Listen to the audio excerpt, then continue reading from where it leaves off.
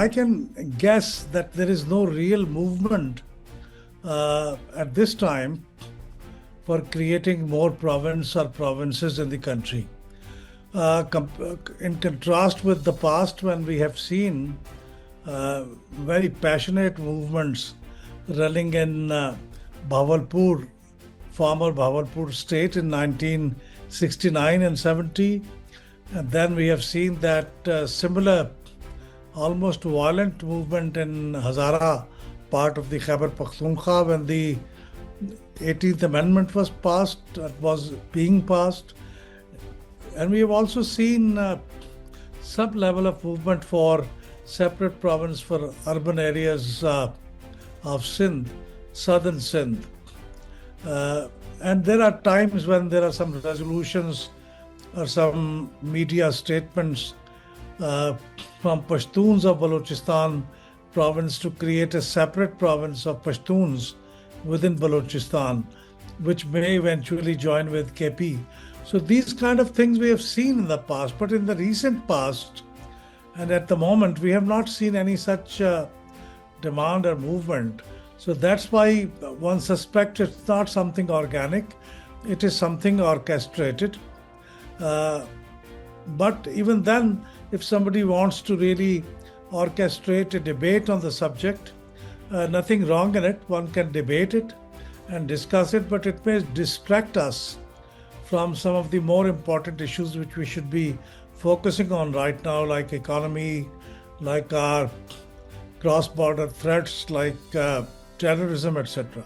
If there is a mindset to devolve the powers to the lower tiers of governance, then it will. But if the mindset is to keep the powers concentrated in one hand and act like a king, then it probably will not make any difference. So that's why I said, because creating provinces is going to be a very difficult and maybe even costly affair. So my proposal is that if you really want to devolve the powers and responsibilities, if that is really the objective, then one should first attempt that by making the local governments more effective. The point is that local governments are already there. There is a law already there, and even our constitution, there is a brief statement about them that the provincial governments are under obligation to devolve the political, administrative, and financial responsibilities and powers to the local governments, but it's not being done. So I think first instance, what is available, what is simpler, what is more economical, that should be done. But if even then we are not able to accomplish the objective of devolving the responsibilities and resources, then one may attempt even creation of provinces. Because I know the provinces creation will meet a lot of resistance. This is my view. So it will be a more difficult and complex affair. I mean, if the argument is extended, one can even say that hypothetically that this is too large a country to remain one country. Let's divide the country into 2 or 3 or 4. I think population is not really the reason. Why should we create more provinces? Yes, we should create more administrative divisions. We should create more local governments. Like if we had, for example, 12 divisions in the country in 1947, now there are 32. So that is not static. If we become divisions and districts, governments more effective and we devolve to them, that has already increased. But increasing the provinces is really not really the answer. My fear is that if we create 12 more provinces, total 12 provinces, I think the powers will still rest with the chief ministers of the provinces and they will not travel to the district or tahsil level. So that will remain the problem. Because if we have local government and we have the law, but still powers and responsibilities and finances are not traveling down, then this means there's a real problem in the mindset and in the process that needs to be addressed. So I proposed that the local governments should be included in the province by giving a little more detail about the local governments so that local government viability could be ensured. First of all, getting two-thirds majority from the provinces, and then National Assembly, and then Senate, or Senate and then National Assembly, is a very, very complex affair. Only time in our 78 years history this has happened was in relation to the merger of FATA to Khyber Pakhtunkhwa province, when this whole process was successfully accomplished. Otherwise, we have never been able to do that. We attempted creation of Bahawalpur and South Punjab provinces, but we could muster the majority in Punjab Provincial Assembly, but we did not have the support of two-thirds majority in the Senate and National Assembly during the previous government time. So therefore, it could not be successful. So I think that will be very difficult. And secondly, you rightly said, and I tried to visualize that there will be, if there are 12 provinces, then there will be 12 provincial assemblies. There may be smaller assemblies, okay, but still there will be provincial assemblies. They will require a secretariat. They will require a hall to meet. But if somebody thinks that since they are small provincial assemblies, their meetings can be convened in something like a district hall of the new province, I think they're mistaken, because people will always compare their provincial assembly building with the provincial assembly building in Lahore. They would want a new provincial assembly building. They will want a new civil secretariat building. They will have a new high court building, and all this infrastructure will have to be created. I can give you an example. We could not create South Punjab South Punjab province, but we agreed to create South Punjab Secretariat in Multan and in Bahawalpur. And in Multan, they have constructed a reasonably huge building as the new South Punjab Secretariat. Although it's not a province, but it has a wonderful building of its own in South Punjab. And plus they have got a GOR for the senior officials working in the South Punjab Secretariat in Multan. A similar secretariat and GOR is planned for Bahawalpur.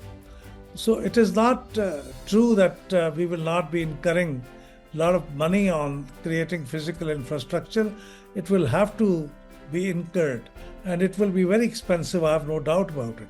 Look at the context in which India reorganized its states.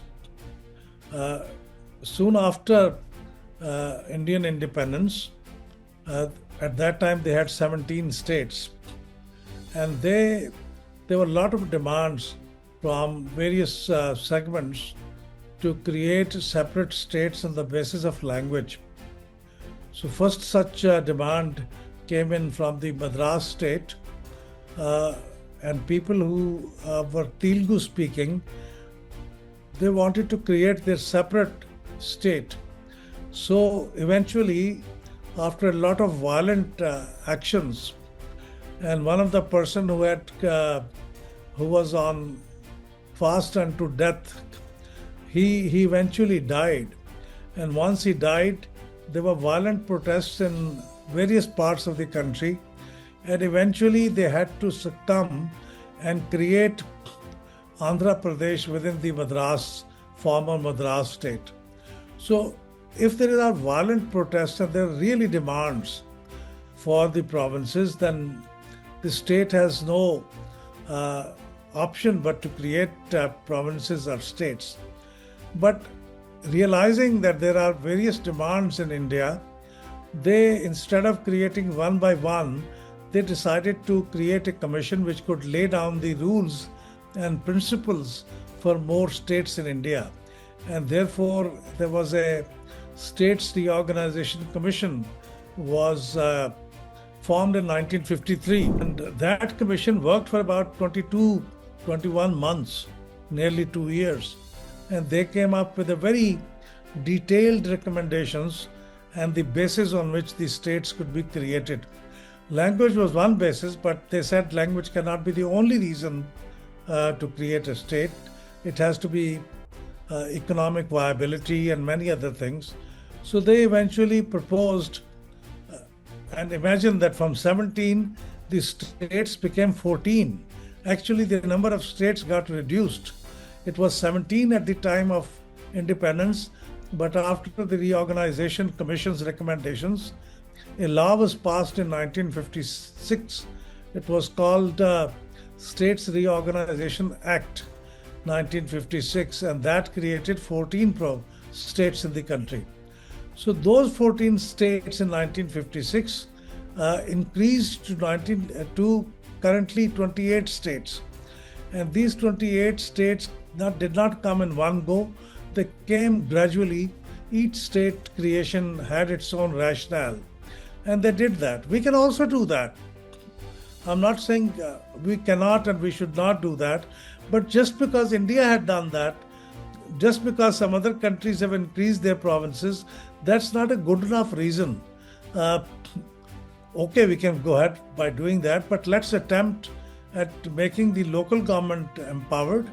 And if still if we see that this is not working out, we can then go ahead and create provinces as well. This is doable, this is possible, but it's very complex, it's very costly, and it will provoke a lot of parochial demands for creating provinces on the basis of ethnicities and the basis of religion. You cannot then stop it. Once you start the process, this is going to happen. And is this kind of demands and agitation possibly is something we are ready to face at this time? So that's why I thought it's not really a very sensible thing to initiate the creation of provinces at this stage without really empowering the local governments. Ideally speaking, empowerment of local governments should not require a constitutional amendment, and the laws of the provinces should be good enough. But we have seen our experience for the past 78 years that local governments have not been empowered. The provincial governments have been resisting the idea of devolving their powers and devolving the finances to local governments because they think there's a kind of a conflict of interest. They think their powers and their responsibilities and their finances will be reduced by sharing it with the local governments. So therefore, India also went through the same route. In India, the local governments were very ineffective and they were either disbanded or the elections were not held. Similar case like we have in Pakistan now. So in 1995, they brought in 2 amendments into their constitution. Under those constitutional amendments, the minimum powers of the local governments were defined in the constitution. The electoral schedule was included in the constitutional amendment. The tenure, the term of the local governments, and the minimum finances which need to be devolved to local governments, they were all mentioned in the outlines of these 2 amendments in the Indian Constitution. So I think we need to do the same to safeguard that it should not be left totally at the mercy of the provincial government to create or not create, to empower or not empower local governments. There should be some constitutional obligation for them to do that. So that's why I think we should learn from the example of India and try to guarantee the viability of the local governments through the constitutional amendment.